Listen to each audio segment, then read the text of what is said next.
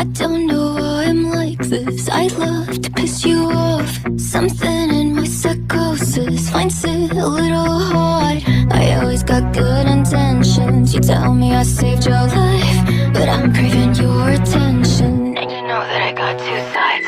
I'll be the villain tonight. I kinda like when you despise me. After we fight, feel so much better when I'm pushing all your buttons till you're crawling on the floor. ताई Jungkook, तुम दोनों tension मत लो। तुम्हारी शादी मैं 3 महीने बाद तुम्हारी ग्रेजुएशन के बाद पक्का कराऊंगा। हाँ, thank you dad, thank you very much.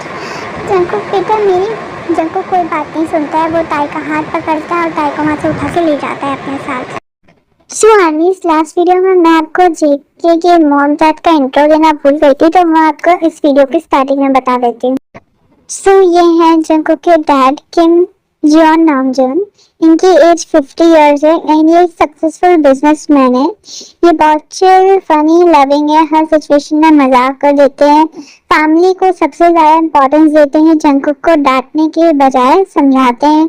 उनका मानना है कि लाइफ एंजॉय करनी चाहिए और प्यार जबरदस्ती नहीं होता है। वो handsome, personality wise, soft smile, घर पर मोस्टली कैजुअल कपड़ों में रहते हैं। वो जंकुक के बेस्ट फ्रेंड जैसे हैं।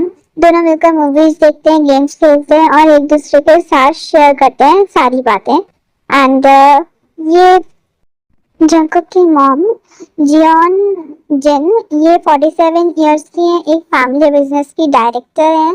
ये स्ट्रिक्ट, डिसिप्लिन और परफेक्शनिस्ट से जंकुक से बहुत ज़्यादा प्यार करती हैं, लेकिन उनका प्यार कंसर्न्स और रूल्स से फॉर्म होता है, दिखता नहीं है।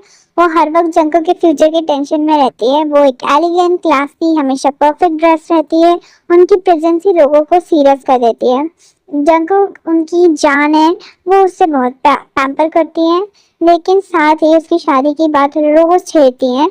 उनका सपना है कि जंकुक किसी अच्छी लड़की से प्यार करे और जल्दी सेटल हो जाए।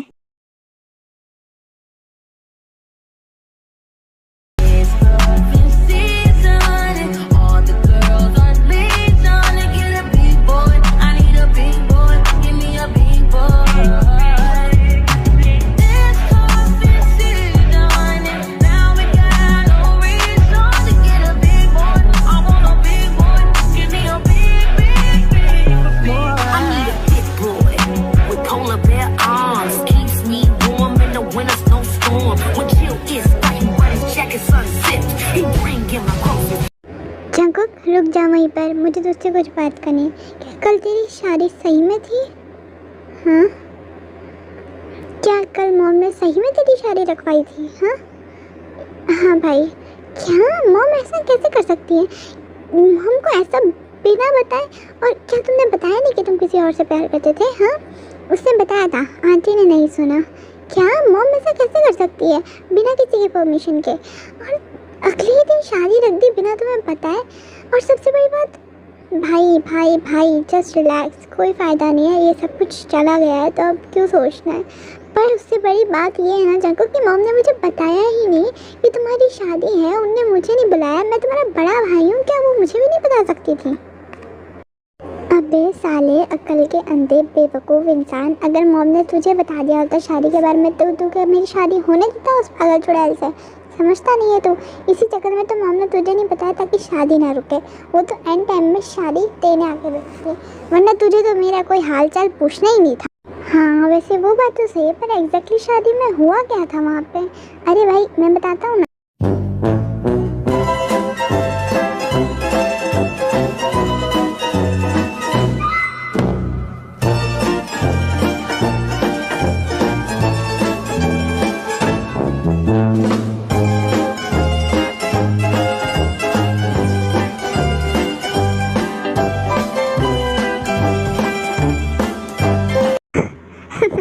पर सही में उस लीसा की शक्ल देखने लायक थी। उसका क्या रिएक्शन था हम दोनों को किस करता हुआ देख के। ओह माय गॉड, तुम तो छुपा रुस्तम हो। मुझे तो यकीन नहीं हो रहा है जिमिन जो इतने इनोसेंट है उसकी बहन इतनी खतरनाक हो सकती है। भाई seriously you slayed. Thank you very much शुगायांग। ओह माय गॉड, ते तुम पहले जैसी हो, बचपन में भी ऐसी थी, अभी भी ऐसी हो। गाइस तुम लोगों को पता है एक बार तेने बचपन में क्या करा था? बचपन में ना मॉम डैड ने इसकी ट्यूशन लगवाई थी। हालांकि ते पढ़ने में अच्छी थी, पर अच्छे स्कोर्स के लिए और अच्छी ट्यूशन लगवाई थी। पर ते को तो उनसे पढ़ना ही नहीं था, ते को पढ़ना था मुझसे। तेने बहुत बोला कि उसे उससे नहीं पढ़ना है, उसे मुझसे पढ़ना है। फिर लास्ट में जब टीचर आया तो तेने अपना खतरनाक दिमाग चलाया एंड उसने टीचर्स को ही परेशान करना शुरू कर दिया। उसने सर की सीट के नीचे एक है ना फटाका लगा दिया, जिससे सर का पिछवाड़ा फट गया। ओह माय गॉड, वो क्या सीन था। एंड तेने है ना एक हफ्ते से सर को इतना परेशान करा कि सर ने खुद ने ही जॉब छोड़ दी। उसके बाद कोई टीचर नहीं आया पढ़ाने के लिए। उसके बाद मैं ही ते को पढ़ाने लग गई थी, क्योंकि मॉम डैड भी समझ गए थे कि ते तो किसी और की सुनने नहीं वाले हैं। उसने सर के बाल, जब सर पढ़ा रहे थे तो उसने सर के बाल काट लिए सर के सोने के बाद। उसने सर को लगभग गंजा कर दिया था, सर की हेयर स्टाइल बिगाड़ दी थी। बचपन में जितनी मस्ती करती थी अभी भी उतनी करती है। ते देवी की जय हो, जय हो। हाँ, जय हो, जय हो। बस बस गाइस, अब क्लास में चलो, वरना तुम्हारे टीचर्स हमारी सारी जय हो निकाल देंगे।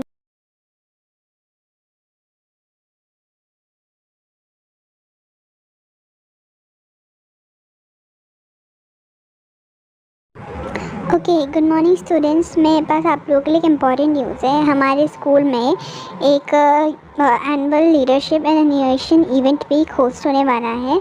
ये इस साल स्पेशल है बिकॉज इसके अंदर कंट्री के most influenced and famous businessman mister Kim Namjoon को बुलाया जा रहा है। सो इस इवेंट की जिम्मेदारी मैं लास्ट ईयर स्टूडेंट्स को देना चाहता हूँ, उनके मतलब वो अपनी स्किल्स शो कर पाएँ। तो मुझे इसके लिए कोई एक रिस्पॉन्सिबल पर्सन चाहिए जो थ्रू आउट इस प्रोग्राम को गाइड करे और इस प्रोग्राम की रिस्पॉन्सिबिलिटी रहे, उसको एंड तक स्मूथली रन करे। एंड कोई ऐसा जो ये काम सच में कर पाए पूरी रिस्पॉन्सिबिलिटी के साथ और कोई गड़बड़ ना करे। मैं आप लोगों में से किसी को वॉलंटियर करने के लिए बोल रहा हूँ। तो आप लोग में से जो भी इंटरेस्टेड है, please guys please students raise your hand, ताकि मैं ये रिस्पॉन्सिबिलिटी किसी एक रिस्पॉन्सिबल पर्सन को दे पाऊँ, क्योंकि इस साल ये बहुत ज़्यादा इंपॉर्टेंट है एंड हम हमारे चीफ गेस्ट को नाराज़ भी नहीं कर सकते। तो ये बहुत ज़्यादा ज़रूरी है। So any one of you who is interested in this work please raise. Sir, इस काम के लिए परफेक्ट पार्टिसिपेंट है मेरे पास। कौन है बेटा? सर, मेरी बहन ताए। She is very good at organising things. वो आपकी हेल्प ज़रूर करेगी एंड बहुत अच्छे से करेगी एंड फंक्शन स्मूथली हो जाएगा। ताए, क्लास के बाद कैबिन आ जाना, मैं एक्सप्लेन कर दूँगा। हाँ, वो सब तो ठीक है सर, लेकिन मुझे ये नहीं करना है।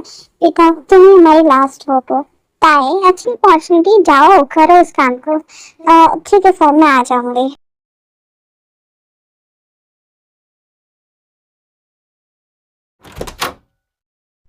मैं कम इन सर? हाँ दे बेटा, अंदर आओ ना। Yes sir. तो बेटा, मैं तुम्हें सब कुछ एक्सप्लेन करता हूँ। जैसे कि तुम्हें पता है, हमारी यूनिवर्सिटी एक annual leadership and innovation event next week host कर रही है। इस साल कुछ स्पेशल इम्पॉर्टेंट है बिकॉज इस साल हमने कंट्री के मोस्ट इन्फ्लुएंशियल बिजनेसमैन को हमारे चीफ गेस्ट के तौर पर बुलाया है। जैसा कि तुम्हें पता है, मोस्ट रिस्पॉन्सिबल स्टूडेंट, जैसा कि मैंने तुम्हें बताया, इसलिए इस ऑर्गेनाइजिंग की जिम्मेदारी मैं तुम्हें देता हूँ। You as a event coordinator, तुम्हारा जॉब है ये इंश्योर करना कि ये इवेंट स्मूथली रन हो एंड तक। इसके अंदर तुम्हें स्टूडेंट्स को वॉलंटियर करने के लिए कोऑर्डिनेट भी करना होगा, welcome ceremony and guest reception भी प्रिपेयर करना होगा, auditorium setup, seat arrangement, stage decoration सब तुम्हारे हाथ में। Manage the event schedules and make sure every programme starts on time. Personally receive the chief guest when he arrives on campus and guide him throughout the event and handle an unexpected issue during the program। सारी जिम्मेदारी तुम्हारी है। The guest is known for being punctual and professional। वो बिल्कुल professional and punctual है, तो तुम्हें उनका ज़्यादा ध्यान रखना होगा। पुअर मैनेजमेंट को वो डिसलाइक करते हैं एंड मिस्टेक्स तुम्हें नहीं करनी है। मैं तुम पे ट्रस्ट करके ये सारी रिस्पॉन्सिबिलिटी तुम्हें दे रहा हूँ। ये जो लिस्ट है इसके अंदर कंप्लीट शेड्यूल, गेस्ट की entries, contact details of organisation team, review, इन सबको रिव्यू करो। एंड तुम्हें कोई भी क्वेश्चन है तो तुम मुझसे पूछ सकते हो, वरना प्रिपरेशन स्टार्ट करो। एंड हाँ, don't disappoint me, the reputation of a university is in your hand. Sir, यहाँ भी आपने मुझसे कहा कि मुझे पर्सनली हमारे चीफ गेस्ट को रिसीव करना है और उन्हें अकम्पनी करना है पूरे इवेंट में, बट मैं क्यों, मतलब ये तो फैकल्टी मेंबर्स भी कर सकते हैं ना? हाँ बेटा, हम ये कर सकते थे, पर इस साल हम स्टूडेंट्स को चार्ज में रख रहे हैं ताकि वो अपनी लीडरशिप स्किल्स को शो कर पाए। And besides you have only अभी तुमने ये प्रूव कर लिया कि you are capable enough for this responsibility. Okay sir, एक लास्ट क्वेश्चन और पूछना है। इसके अंदर आपने जो private meetings and sponsor schedule कर रखे हैं, क्या मुझे उन्हें भी अटेंड करना पड़ेगा? नहीं बेटा, तुम्हारी रिस्पॉन्सिबिलिटी लिमिटेड है उन्हें वेलकम करने की, उनको गाइड करने की, कैंपस में कोऑर्डिनेट करने की, इवेंट्स में और सब कुछ उनका ध्यान रखने की। ऑफिशियल मीटिंग्स को यूनिवर्सिटी एडमिनिस्ट्रेशन हैंडल करेगा। ओके सर, अब मैं चलती हूँ। फिर ताए वहाँ से चली जाती है वो लिस्ट लेके। इस वक्त किसका कॉल आया होगा? हेलो, कौन बोल रहा है? जिना जी, आप मुझे इस वक्त कॉल कर रही हैं? आपको मुझसे मिलना है अर्जेंटली? हाँ जी, इस वक्त मैं स्कूल में हूँ, मतलब यूनिवर्सिटी में, मैं आपसे नहीं मिल सकती हूँ। क्या हम लोग आज मेरी यूनिवर्सिटी टाइम के बाद मिल ले, अराउंड 3 और 4 o'clock? जिन इस बात पे हाँ कर देती है एंड ते भी कॉल काट देती है। फिर जंकुक, ते, शुगा और जिमिन अपने अपने घर चल रहा था। शुगा फिलहाल जिमिन के साथ जिमिन के घर पे ही रहा था क्योंकि जिमिन अब अकेली थी, और ते एंड जंकुक उनके घर पे चले जाते हैं, मतलब जंकुक के घर पे। एंड जॉन मेंशन में नहीं, जंकुक के घर पे। एंड वो लोग वहाँ पे मतलब थोड़ी देर रहते हैं। फिर उसको याद आता है कि उसको जिनसे मिलने जाना था, वो इस बारे में जंकुक को नहीं बताती है एंड वो बोलती है उसे बाहर कोई काम है इसलिए वो चली जाती है।